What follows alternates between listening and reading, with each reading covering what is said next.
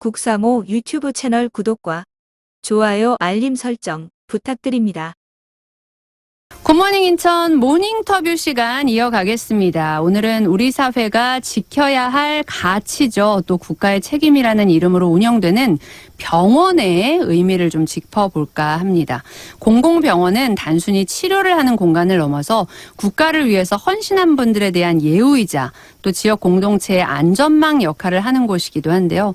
특히나 인천보훈병원은 국가 유공자와 그 가족 또 지역 주민들의 건강을 책임지는 중요한 공공의료기관입니다. 이 시간 그 현장을 이끌고 계신 한국보훈복지의료공단 산하 인천보훈병원 윤정로 원장과 함께 공공병원의 가치와 앞으로의 과제에 대해서 얘기를 나눠보겠습니다. 원장님 안녕하십니까? 안녕하십니까? 네, 반갑습니다. 네, 윤정로입니다. 얼굴을 직접 뵈니까 훨씬 더 화나세요. 네. 화나다는 얘기는 네. 머리가 없어서 많이. 인상 자체가 화나십니다. 오늘 굿모닝 인천에 처음으로 이렇게 나와주셨는데 네. 우리 인천 시민분들과 청취자분들께 인사 한 말씀 부탁드릴게요. 네, 안녕하십니까? 저 윤정로라고 하고요. 금년 1월 1일 인천보훈병원장으로 취임하게 된 이제 2개월이 채 안 된 그런 신임 병원장입니다. 네. 그래갖고 제가 이제 사실은 정형외과 의사고요.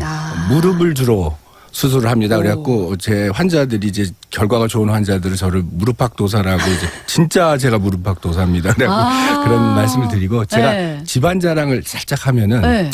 제가 제 친할아버지가 윤자 극자 영자라고 반다를 지으신 분인데 이게 대한민국 최초의 동요입니다. 예, 푸른 하늘 은하수 이렇게 나가는. 진짜요? 예, 그래갖고 한 200곡 정도 쓰신 분이라서 예, 제가 어렸을 때 할아버지와 대화를 참 많이 나눴고 네. 예, 제가 존경하는 저희 할아버지입니다. 아니 그래서 자랑. 정서가 좋으시구나. 아니 그게 있어요 영향이. 예, 저희 할아버지도 이게 머리가 없으시거든요.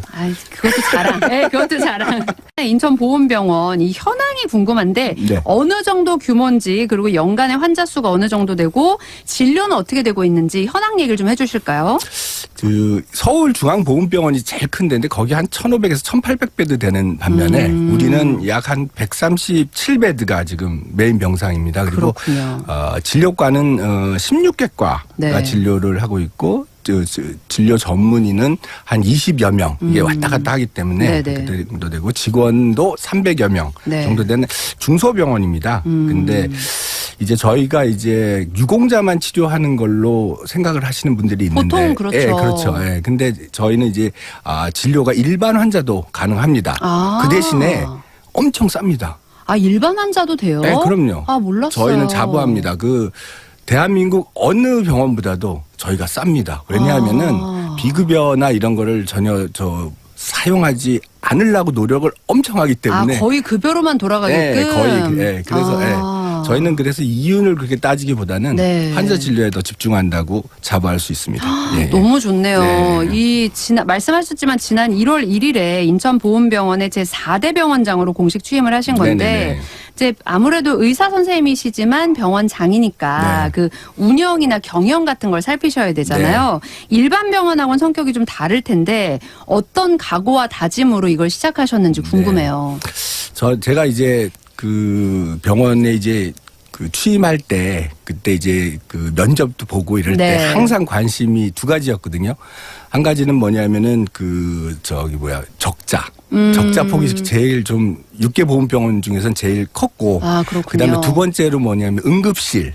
응급실이 이제 작년 3월 1일 날 닫았어요. 그래갖고 그 응급 환자들을 어떻게 할 것이냐. 그것이 네. 이제 면접 중에서도 계속 질문이었어요. 그게 그 내용이 질문이었는데 네. 제가 그래서 첫 번째로 뭐냐면 저는 이제 위로부터보다는 아래로부터 접근하는 거를 좋아하거든요. 현장에. 네. 제가 그래서 항상 악마는 디테일에 있다. 현장에 문제와 답이 있다고 생각을 합니다. 그래갖고 네. 첫 번째로 뭐냐면은 직원들의 기살리기. 그게 저는 첫 번째로 그거고요. 네. 이번 그 기가 네. 환자들에게 번지면서 네. 우리의 그 기쁨이 환자한테 전달될 수 있는 그런 시스템으로 환자를 잘 치료하는 병원 그리고 직원이 기가 펄펄 사는 병원 네. 그거를 만들고 싶은 게 제 소망이고요. 그래서 제가 실질적으로 한 거는 뭐냐면 1월 1일 날 처음 발령 받았잖아요. 네. 그 1월 1일부터 1월 1일자 생일자에게 문자를 보냈습니다. 개인 직접? 직원에게. 예. 직접이요? 제가요.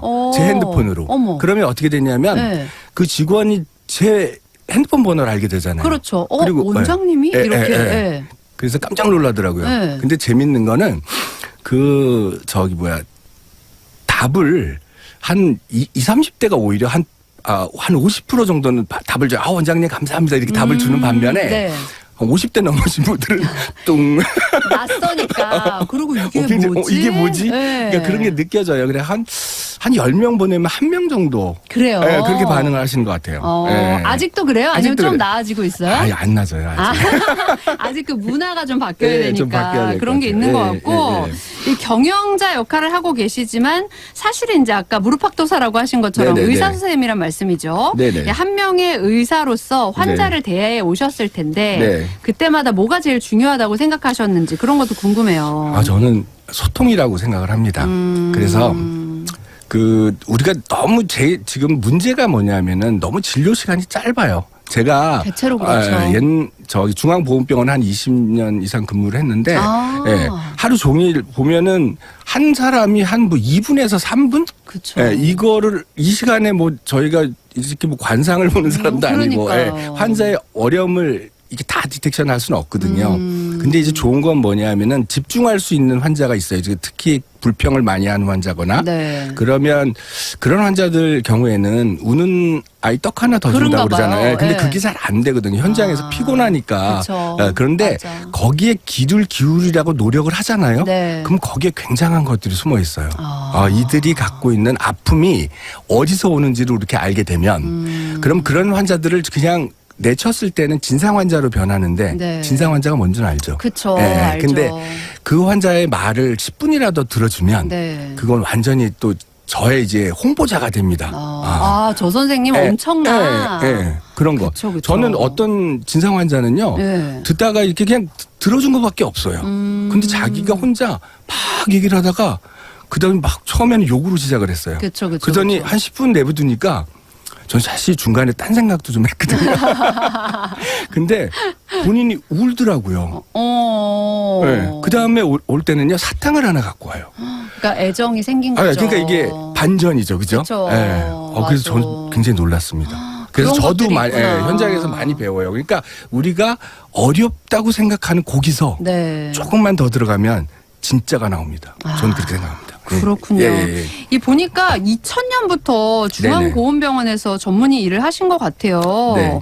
그러면은 이제 벌써 보훈병원에만 26년 차 이렇게 있으신 네네네. 건데 뭐 일하면서 뭐 워낙 많은 일이 있으셨겠지만 네. 가장 기억에 남거나 아니면 보람찬 일 있으셨을까요? 네. 보람찬 일은 뒤로 보내고 네. 약간 네가티브한 얘기를 하면은 제일 네네. 이제 힘든 거는 뭐냐면은 연세가 많으시기 때문에 잘 그렇죠. 귀가 잘 안 들리세요. 보통은 그럴 수 네. 있죠. 그러면 이제 제가 그래서 방법을 고안한 게 이렇게 응원할 때 이렇게 확성기처럼 이렇게 네네네. 딱 들이대면은 빵빠라 같은 거요. 네. 바로 알아들으세요. 이제 그게 제 아이디어고 그거 한 3, 4천 원밖에 안 합니다. 아니 그래도 너무 재밌게 하셨다. 예. 네. 그래서 귀 안 들리신 분들 그리고 또 이해력이 좀 그럴 수 있죠. 떨어지시기 때문에 설명을 2번, 3번 그리고 쉽게. 쉽게 그렇게 해야 하기 때문에 그런 어려움이 있어요. 그리고 근데 또 한 가지는 제일 어려운 거는 이제 저희 중앙보훈병원 같은 경우에는 하루에 한두 번 정도 이제 좀 과격한 분, 근데 코드 블루라 그래서 막 이게 발생했다 이게 막 뜨거든요. 네네네. 뭐냐면 막 거칠 말 막 욕하고 막 욕하시고 화내시고 막 부수고. 그러니까 그런 분들이 있어요. 그러니까 그만큼 이 사회가 화가 좀 많이 있다는 느낌을 받거든요. 네. 그럼 단순히 우리만의 잘못은 아니고 화를 이제 트리거링을 한 거죠. 딱 촉발시킨 포인트인데. 누가 딱 건드렸거나. 저 집에서 이제 부부싸움 하신 분도 계시고. 있겠죠. 그러니까 그런 그럼요. 것이 이제 사실은 그런 이제 화가 났을 때 네. 그거를 이제 우리가 어떻게 컨트롤을 하느냐. 그것이 제일 문제인데 어린 친구들은 이제 갓 입사하거나 그러면 굉장히 놀래요. 그래요? 그게 굉장히 상처가 되고. 아무래도 경험이 적다 보니. 그게 제일 힘든 거였고 저는 네. 이제 무엇보다도 제가 지금 제일 보람된 것은 뭐냐면 제가 알게 된 건데 제가 한강 작가님을 제가 잠깐 소환을 하겠습니다. 상강 작가님이 워낙 유명하시니까. 과거가 현재를 도울 수 있는가? 과거가 현재를 도울 수 있는가? 그리고 죽은 자가 산자를 구할 수 있는가 이런 질문을 그 노벨상 받으실 때 그 현장에서 질문을 하셨거든요. 그런 어떤 흐름이 있었다. 근데 제가 이 보훈병원에서 그 답을 찾았어요. 그래요? 네. 어떤 이게 식으로요? 답은 뭔지 아세요? 저의 뭐예요? 답은 예스. 예스. 있다. 있다. 과거는 현재를 있다. 도울 수 있고 죽은 자는 산자를 도울 수 있다. 도울 수 있다고 저에게 가장 큰 깨달음은 그거였거든요. 그 깨달음은 진짜 돈으로 환산할 수 없다고 생각을 하고 그것이 근데 간단히 설명을 하면 안중근 의사가 네. 34살이에요. 네. 근데 그분이 돌아가셨을 때 그냥 그러니까 자기 생명을 바꿨잖아요. 그렇죠. 무슨 가치를 위해서, 뭔가 가치를 위해서. 맞아요. 중국이 엄청난 인구를 갖고 있죠. 세계 제1의 인구를 갖고 있는데 한 명도 없었어요. 순국한데 우리는 이봉창 의사, 뭐 윤봉길 의사, 그렇죠. 윤봉길 의사는 24살이에요. 그 24살짜리가 왜 그런 일을 했을까요? 네. 이해가 안 가잖아요. 근데 이게 제가 딱 이해가 간 게 뭐냐면 이분들은 확대된 나를 갖고 있었어요. 내가 국가가 나다. 나를 확대시켜서 옛날에 이렇게 국가 차원으로 본 거군요. 시족 사회에서는 이제 우리 가족까지. 그리고 부족 사회에서는 부족이 나고. 국가가 딱 형성되면서 국가가 나예요. 우리가 이제 민족사관이라고 해서 옛날에 저거 했던 게 일제시대 때 우리를 굉장히 이렇게 좀 너희는 뭐 엽전이다 뭐 이런지. 근데 우리는 그런 의식을 갖고 있는 민족이 아닌 것 같아요. 네, 제가 그거를 깨달았어요. 보훈병원에서. 그렇구나. 네, 얼마나 큰 가치입니다. 우리 안 그래도 지금 오늘이 27일이고 내일 모레가 3일절이거든요. 3일절이고 또 보훈병원에 계시니까 특히나 그런 분들 많이 만나시면서 환자로 만나는 분들 중에 이제 국가 유공자라고 해서 유공이신 분들도 있겠지만 뭐 독립유공자도 있으시고. 독립유공자가. 근데 그런 분들 이제 물론 환자와 의사로 만나는 거겠지만 만나보시면 어떠세요? 그런 것도 저는 개인적으로 궁금한데. 독립유공자를 이제 제가 만났을 때 그 장면을 조금 보여드리면 이분들은 달라요. 그래요? 일단 복장이 저 좀 예쁩니까? 예쁩니다. 복장이 단정하십니다. 넥타이를 딱 메고 아프신데도 딱 들어와가지고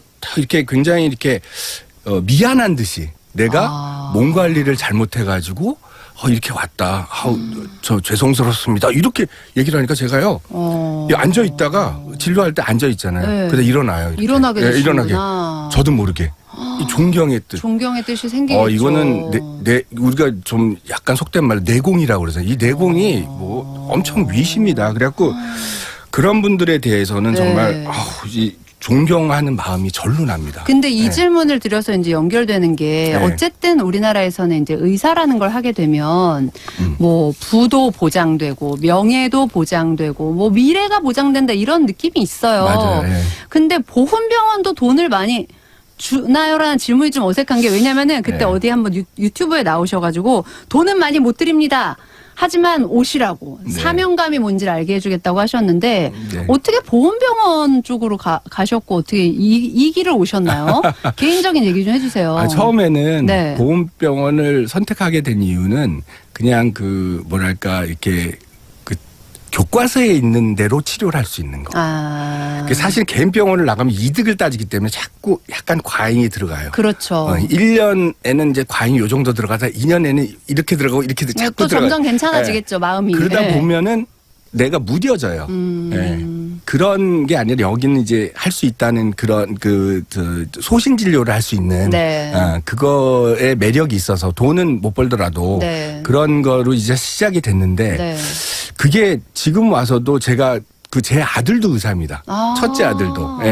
걔가 의대를 가게 된 이유가 사실은 걔는 의대에 갈 생각은 없었는데 제가 이제 벌어졌던 아까 그렇게 울었던 그 환자 그 환자의 얘기를 듣고 아빠 나도 하고 싶어요. 그런 거래서 의대를 가게 됐거든요. 유전자의 사명감 같은 게 있는 거 아니에요? 어떻게 그런 생각을 하시지? 그래서 저희가 진짜 가치는 우리가 너무 못 살아도 안 되겠지만 그리고 또 의사라는 게 이제 경제 논리로서 우리가 사실은 1등만이 최고 뭐 이런 우리는 거를 좀 그런 면이 사실 있죠. 의과대학 지금 보면은 뭐 쫙 그 맞아요. 우수한애는 다 가잖아요. 그게 결론적으로 그 부모님들의 기대에 부응하기 위한 자식들의 그러니까 어떻게 보면 노력이고 어떻게 보면은 안간힘이에요. 그쵸. 예. 근데 그게 세상이 아니거든요. 예. 진짜는 뭐냐면 진짜 가치를 정말 훌륭하게 따라갔을 때 네. 거기서 얻는 만족감이라는 거는 뭐 돈 뭐 몇백억 몇천억하고는 상상을 할 수 없기 때문에 그거를 자꾸 주고 싶은 거예요. 네. 우리가 상기하자 6.25를 하잖아요. 네네. 6.25가 살아있다고 제가 그랬거든요. 6.25가 왜 살아있느냐면요. 네. 아픈 사람들이 오기 때문에 그 아픔을 저희가 안는다. 그렇게 제가 그때 뭐 이렇게 말씀을 드리고 끝났는데 그거로 네. 끝나는 게 아니에요. 사실은 뭐냐면은 네. 이건 6.25가 저희 문화유산이에요. 그쵸. 그렇게 얘기하면 약간 좀 씁쓸하기도 하죠. 씁쓸하죠. 네. 근데 어떤 식의 그것이 현장에서 벌어지고 있느냐면은 얼마 전에 이제 캐나다 그 총리가 아니 그 이탈리아 총리가 네, 오셨고 네. 캐나다 장관님이 오셨어요. 근데 이분들에게 뭐를 줬냐면은 6.25 저 할아버지 뻘 되겠죠. 네. 그분들이 와서 우리 6.25 때 싸웠던 그 사진 있죠. 사진을 이렇게 줬어요. 네. 예. 그러니까 그들이 이탈리아 총리 같은 경우는 뭐냐면 잊지 않는 나라구나. 그렇지. 은혜를. 거기는 네. 이탈리아는 의료 지원만 했거든요. 근데 이제 캐나다는 근데도. 군대를 이제 직접 보냈는데 네. 그분들이 사실은 심지어 거기 싸우면서 고향이 그리우니까 임진강 얼었을 때 거기서 아이스하키를 하는 장면이 있어요. 사진이. 그렇군요. 예. 그런 걸 보면은 딱 이런 느낌이잖아요. 야, 우리가 남이냐? 전우. 그러니까요. 예, 전우를 그런 걸 부각시키면서 같이 겪었던. 가슴을 건드리면 이게 외교적으로도 큰 자산일 수 있거든요. 왜냐하면 세계 평화군과 붙었던 전쟁은 없어요. 그런 우리 문화유산으로 발전을 시킨다면 네. 정말 쉽게 얘기해서 좀 대박을 치지 않을까. 그러게요. 네, 저는 그렇게 생각합니다. 그러니까 그런 것들이 모이고 이제 그런 분들을 치료하기 위한 공간이 이제 보훈병원인데 네. 사실 요즘 뭐 우리가 의료에 대한 정치적인 얘기도 너무 많고 하기 때문에 좀 피곤하기도 하고 맞습니다.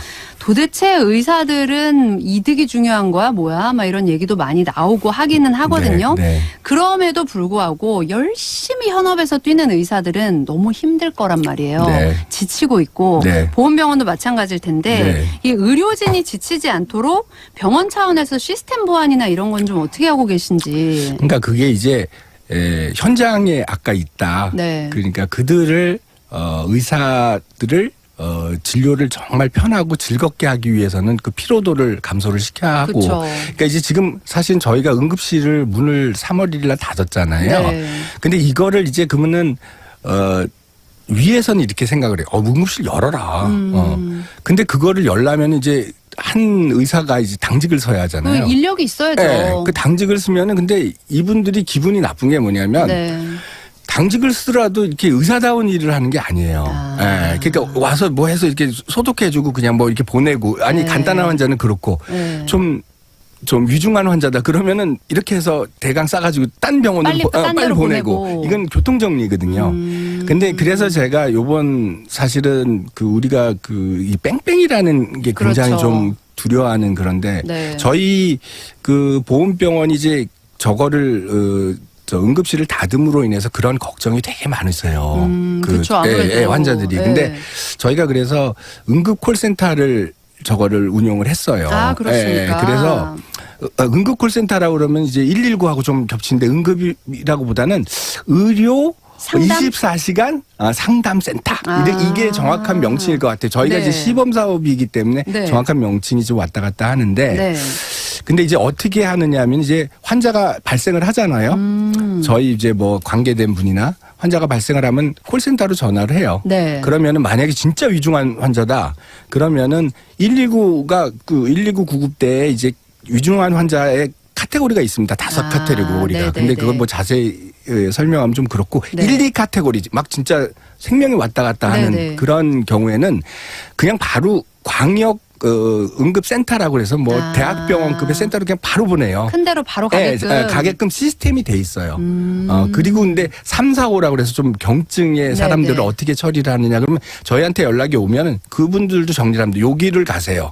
딱 그걸 딱 그러니까 집어주고 알려주는 거군요. 알려주고 네. 거기서 입원이 필요하다 그러면은 거기서 응급치료를 받고 저희가 바로 입원을 시켜요. 휴일이라도. 그 시스템을 운영을 지금 하고 있거든요. 아, 벌써 하고 있습니까? 설 이번에 이재명 연휴도, 대통령이 얘기한 그거랑 비슷하게 흘러가는 것 같은데요. 저희는 바로 이제 받아서 하죠. 그걸. 아, 그렇군요. 그래서 그 벌써 4일 동안에 그 구정 연휴 동안에 125명 했어요. 꽤 많은. 그래갖고 진짜 콜이 오는군요. 콜이 오고 뭐 답답한 거를 이렇게 얘기해 주니까 뭐 새해 복 많이 받으세요. 그리고 그 받았던 분이 35년 베테랑의 간호사거든요. 네. 다 알죠. 그렇죠. 네, 다 그렇죠. 아니까. 근데 이분도 처음에는 막 이렇게 좀 뭐 이렇게 좀 자잘한 질문을 하니까 처음에 좀 짜증이 나다가 네. 갑자기 뭐 새해 복 많이 받으세요. 막 그러니까 그럼요. 너무 이게 막 아니, 자기도 힐링이 되는 거예요. 이건 제가 사담이지만 제가 이번 주에 몸이 좀 안 좋아가지고 네. 계속 고생하고 있는데 정말 의료진이 한마디를 해주면 이거 이렇게 해서 괜찮아질 거예요. 네. 아니면 이거 이렇게 해서 이 약을 드세요. 이 병원을 가세요 하면 네. 그게 정말 동아줄이거든요. 네. 살 수 있을 것 같고 예. 그런 역할을 네, 해주고 그런 역할을 계시군요. 해주니까, 예, 그래서 너무 좋았고, 그러니까 그런 응급센터가 운영됨으로 인해서 그 우리가 의사들도 갖고 있는 게 응급센터를 우리도 언젠가 빨리 열어야 되는데 이런 부담감을 일단 좀 제거를 했다고 생각합니다. 내려놓고. 들이 이제 보면서 힘들고 이런 거를 이제 보완하기 위해서 저희가 의료진을 이제 초청 진료식으로 이제 사실은 하려고 그래요. 그래갖고 이제 사실은 의사들 중에 네. 전문의를 땄는데 이제 좀,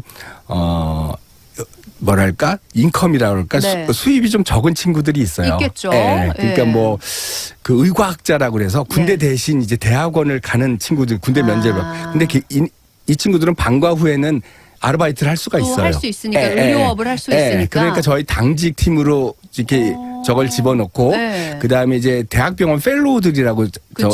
좀 적게 받는 전문의들이 네, 있거든요. 네, 네. 그 친구들을 이제 낮에 외래 초청 진료를 하거나 아. 이제 정년 퇴임하신 아주 그런 아직 분들은 정말 대단한 그 예. 머리에 가지고 계신 게 많은 분들이잖아요. 그런 분들을 이제 모셔다가 쭉 하면은 그러면은 이게 많이 해소가 되지 않을까. 그리고 우리도 배우고 그다음에 좀 진료 시간에 대한 피로도도 좀 낮출 수 있고 네. 그런 방향들을 자꾸 추진을 하다 보면 좋은 일이 일어나지 않을까요? 저는 그렇게 근데 생각합니다. 이것도 이제 네네네. 일반인의 시선일 것 같긴 한데 네. 사실 공공의료의 영역이고 네네. 뭔가 보험병원이 저 같은 경우는 이제 일반인도 갈 수 있다는 걸 잘 모르기도 했고 네네. 그래서 일반 뭔가 돈을 좀 더 많이 내고 가는 병원보다 돈을 좀 덜 내고 가는 병원이라서 믿을 수 있나? 맞아요. 그게 네. 너무 죄송하지만 네. 그런 생각이 있어요. 네. 그 부분에 대해서 해소를 좀 해주세요. 네. 그거는 해소라기보다는 네.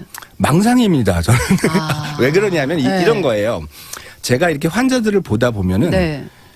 이게 누가 뭐라 그러고 누가 뭐라 그러고 그러는데 선생님 이거 이렇게 하면 안 돼요. 그러니까 제가 이렇게 진료 이 방법을 제시를 하는데 네. 다른 방법을 얘기하세요. 네, 네. 그럴 때 제가 이제 망상이라고 얘기했던 거면 네. 그분한테 딱 물어봐요. 그거 누구한테 들었어요? 그 옆집 아줌마. 목욕탕. 아니 저 아는 언니가요. 그러니까 그 네. 다음에 물어보는 게 그분 의사세요? 야. 아. 아니 언니 그래도 잘 알던데. 그분은 한 케이스를 가지고 얘기를 하는 거예요. 음. 근데 저는 수만 케이스, 수십만 케이스를 집대성하는 논문을 근거로 해서 얘기를 하는 거기 때문에 그쵸. 그분의 인식을 좀 바꿔주려고 노력을 해요. 그러면 자기가 무슨 생각을 하고 있다는 거를 깨달아요. 네. 그리고 또 한 가지 뭐냐면은 우리가 참 재밌는 게 뭐냐면 삼성의료원. 네네. 삼성의료원에 내가 어머니를 입원시켜서 치료를 받겠다. 그러면 네. 효도 다 한 걸로 알아요. 느낌이 그렇잖아요. 삼성의료원까지 가서 안 되는 건 안 되는 거야. 좋은 병원 가. 돈 써도 좋은 데로 가. 돈을 많이 쓸수록 효도에 대한 이 만족도가 큰 거예요. 근데 그거는 마음이 오산입니다. 그래요. 예. 그렇구나. 진짜를 볼 줄 알아야죠. 그러니까 그렇구나. 그거를 자꾸 인식시켜야 한다고 생각합니다. 저는. 그러니까요. 네네네. 그래서 아마 그때 아까도 제가 잠깐 네네. 얘기한 그 부분이 사람들한테 참 인상적이었던 것 같은데 네. 보험병원으로 오십시오. 네. 단 돈은 많이 못 줍니다. 후배 여러분들. 하지만 뭐 오면 사명감을 배울 수 있어요 하셨는데 지금 현재 상태는 어때요? 많이들 오시나요? 후배들이? 오지는 않습니다. 아직은 이제 저기서 아직은 멀리서 몰려오고 있을 거예요. 오고 있는 것 같은데. 근데 이제 반응은 딱 이제 호불호가 확 갈려요. 그래요? 네. 그래서 막, 할 말 했다. 네. 그리고 그런 반면에 이제 어떤 친구는 뭐, 의료를 싸게 하려고 그러는지 뭐, 근데, 그러면서 좀 이렇게 반대 의견도 있고 저는 그거 당연하다고 생각합니다. 그쵸. 예. 근데 중요한 거는 뭐냐면은 제가 말씀드리고 싶은 거는 우리는 환자를 대할 때 환자로 대해야 한다. 의사의 본분은 의사가 왜 필요하냐면 환자가 없으면 존재의 의미가 없거든요. 그렇죠. 돈 때문에 존재하는 건 아니잖아요. 네. 그 본질을 먼저 하고 그 다음에 둘째를 취해야지 환자보다 돈이 우선돼 버리면은 서로 망해요. 환자도 망하고 의사도 망하고. 예. 그 옛날에 제가 양희은의 작은 연못. 네. 우리가 지금 뭐 정치적으로 막 싸우면은 네. 그런 거 보면은 다 이기심 때문에 싸운다고 저는 보거든요. 네. 뭐 뭔지 모르겠지만 제가 정치는. 근데 그렇게 싸우면 결론적으로 붕어가 하나 죽으면 그 다음에는 물이 썩어요. 그렇죠. 그럼 나도 죽어요. 그렇죠. 예. 그러니까 나가 아닌 우리가 돼야 하거든요. 예. 그래서 그런 면을 좀 이제 더 가르치고 싶고 네. 자꾸 저도 역시도 하루하루를 살면서 이제 자꾸 나로 돌아가거든요. 그러니까 저 역시도 자꾸 상기하자 6.25식으로 네. 상기하자 우리를 뭐 이런 개념을 줄 수 있는 병원이 그래도 저는 공공병원이고 보훈병원이라고 생각을 합니다. 그렇군요. 예. 이게 진짜 예. 3.1절 앞두고 있기도 예. 하지만 이런저런 얘기에서 진짜 개인보다는 좀 우리로 가야 되는 그 상황에 대한 얘기를 자꾸 네. 거듭해 주시는 것 같고 네. 그 외에도 이제 어쨌든 지금 경영하고 계시고 뭐 원장을 맡고 계시니까 올해 어떤 사업들을 좀 해야겠고 우리 병원이 어떤 방향으로 가야겠다 계획하시는 거 많을 것 같아요. 얘기해 주실까요? 진짜 많은데요. 네. 이건 근데 이제 굵직한 거를 얘기를 하면은 제가 여기를 이제 하면서 이제 지금 진료의 이제 활성화 이제 병상 가동률도 좀 올리고 네, 이런 네, 것들이 네. 이제 아래부터 이제 들어가는 면이잖아요. 네, 그래서 네. 이제 좀 분위기를 띄우고 그런 면이 있고 그다음에 이제 제가 이제 유관 단체들을 돌아다녀 봤더니 어르신들이 가장 원하는 게 요양병원보다도 오히려 네. 장례식장을 원하세요. 그래요. 저는 몰랐어요. 왜 그러냐면은 당연히 요양병원인데 이분들은 무슨 생각을 하냐면은 네. 자기가 당신이 돌아가셨을 때 네. 문상올 사람들이 서울보훈병원으로 가야 하거든요. 지금은 그 문상올 사람들을 걱정을 하는 거예요. 오히려 이쪽에 있고 네. 참 이런 거 보면 어른들이 인천에서 이렇게 하면은 그쵸. 좀 가깝고 예, 좋은데. 그래서 제가 놀랐어요, 조금. 예, 그래서, 장례식장이 진짜 필요하다. 그리고 이제 저희가 이제 응급실을 폐쇄한 그 공간들을 네. 어떻게 활용해야 할지 이제 사실은, 진짜 필요한 거는 또 제일 필요한 게 지금 보니까 인공신장실이 좀 필요한 것 같아요. 그래요? 예. 거기 이제 그 치료받은 숫자가 좀 많고 그런데, 근데 이거를 보면은, 그런 것에 대해서 이제 좀 이렇게 내부에 대한 이런 변화와 네. 그런 거를 좀 갖추고는 있는데 이게 선행돼야 할 게 이제 인적 자원과 아무래도 그게 제일 중요하겠죠. 머니입니다. 네, 그러니까 머니. 그거를 그 시간이 좀 필요해요. 그리고 네. 국회에서 예산도 좀 따야 하고 그렇겠죠. 그러니까 보훈부하고 아주 밀접하게 이렇게 움직이고 있거든요. 근데 정말 좋은 거는 뭐냐면은 네. 제가 오래 있다 보니까 공단하고 보훈부하고 아는 사람이 엄청 많아요. 그리고 그 친척들을 수술을 많이 했기 때문에 그게 힘이 좀 있으시군요. 힘이 제가 딱 한마디 하면 그러니까요. 소통이 정말 잘 됩니다. 살려주신 분들. 아무래도 그래가지고, 의사 선생님이 나한테 도움을 한번 주시고 나면. 그래서 저는 보훈병원에 오래 있었던 게 정말 그 원장을 하는데 굉장히 보탬이 많이 되고 네. 정말 도움이 많이 됩니다. 네. 그래도 오늘 또 이렇게 나오셨으니까 지난번 유튜브에서 말씀하신 것처럼 네. 보훈병원으로 오라고 홍보 한번 또 해주세요, 후배들한테. 그것도 괜찮을 것 같아요.